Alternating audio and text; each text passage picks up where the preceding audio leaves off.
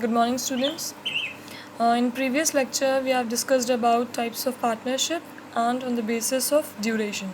Now, we are going to study about types of partnership on the basis of liability. So, on the basis of liability, there are two types of partnership. First is general partnership and second is limited partnership.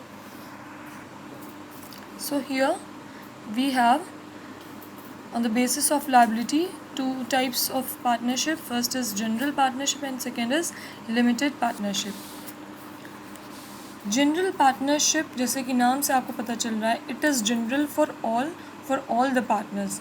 जैसे normal generally partnership firms में होता है, इसमें partners की liability unlimited होगी. जैसे सारे partners at the admission of a partner in a partnership firm capital invest करते हैं, वैसे सारे पार्टनर्स अपने अपने रेशियो के अकॉर्डिंग कैपिटल इन्वेस्ट करेंगे. लायबिलिटी यहाँ अनलिमिटेड होगी. इट मीन्स हैवी लॉस सबको एक साथ बियर करना होगा.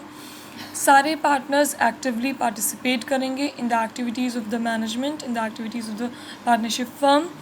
हर पार्टनर को अपना एक शेयर मिलेगा, चाहे वो प्रॉफिट हो या लॉस हो. और यहाँ पार्टनरशिप फर्म का रजिस्ट्रेशन ऑप्शनल होता है.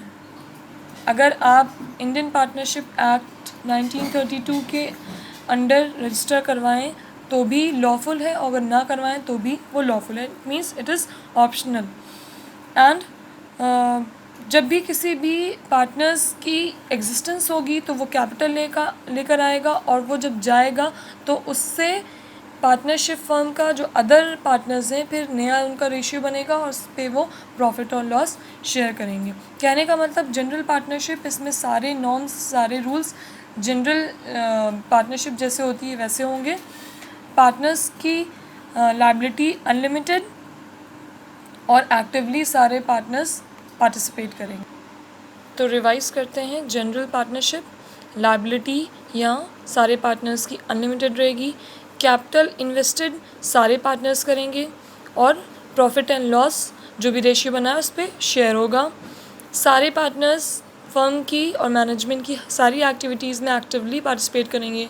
रजिस्ट्रेशन यहाँ फर्म का ऑप्शनल होगा और एग्जिस्टेंस इफ़ेक्ट होगी जब कोई भी पार्टनर की डेथ या इंसॉल्वेंट वो हो जाएगा.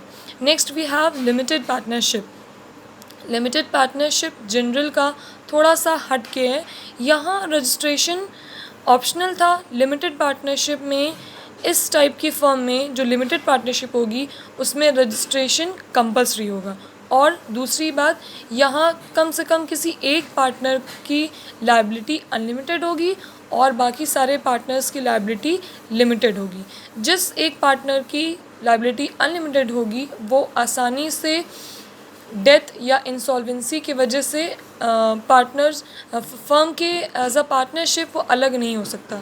और यहाँ कैपिटल जो वो इन्वेस्ट करेगा वो as compare to other partners उसकी कैपिटल ज़्यादा होगी. उसके पावर्स लोगों से और पार्टनर्स के कंपैरिजन थोड़ा से पावर्स ज़्यादा होंगे, ड्यूटीज़ भी ज़्यादा होंगी.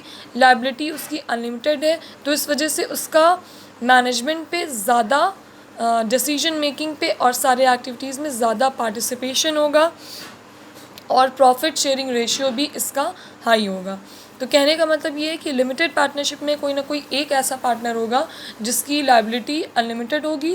जिसकी लायबिलिटी अनलिमिटेड होगी वो प्रॉफिट में उसका शेयर भी ज़्यादा होगा और कैपिटल भी वो ज़्यादा इन्वेस्ट करेगा. और बाकी जो रेस्ट ऑफ द पार्टनर्स होंगे उनकी लायबिलिटी लिमिटेड होगी. और इस टाइप के लिमिटेड पार्टनरशिप का रजिस्ट्रेशन कंपल्सरी होगा. जो जिनकी लायबिलिटी लिमिटेड होगी वो उनके राइट्स और पावर्स भी कम होंगे as compare that partner who have unlimited liability. तो ये था आपका टाइप्स ऑफ पार्टनरशिप. दोनों ही हमने डिस्कस कर लिया है on the basis of duration, on the basis of liability. इसको आप पढ़िए और कहीं कोई प्रॉब्लम आती है तो हमसे पूछिए. नेक्स्ट हमारा टॉपिक है पार्टनरशिप डीड, जिसको हमने थोड़ा सा डिस्कस किया था. अब हम उसके रजिस्ट्रेशन और उसके बारे में कंटेंट जो भी इंक्लूड होते हैं बनाते वक्त उसको हम डिस्कस करेंगे.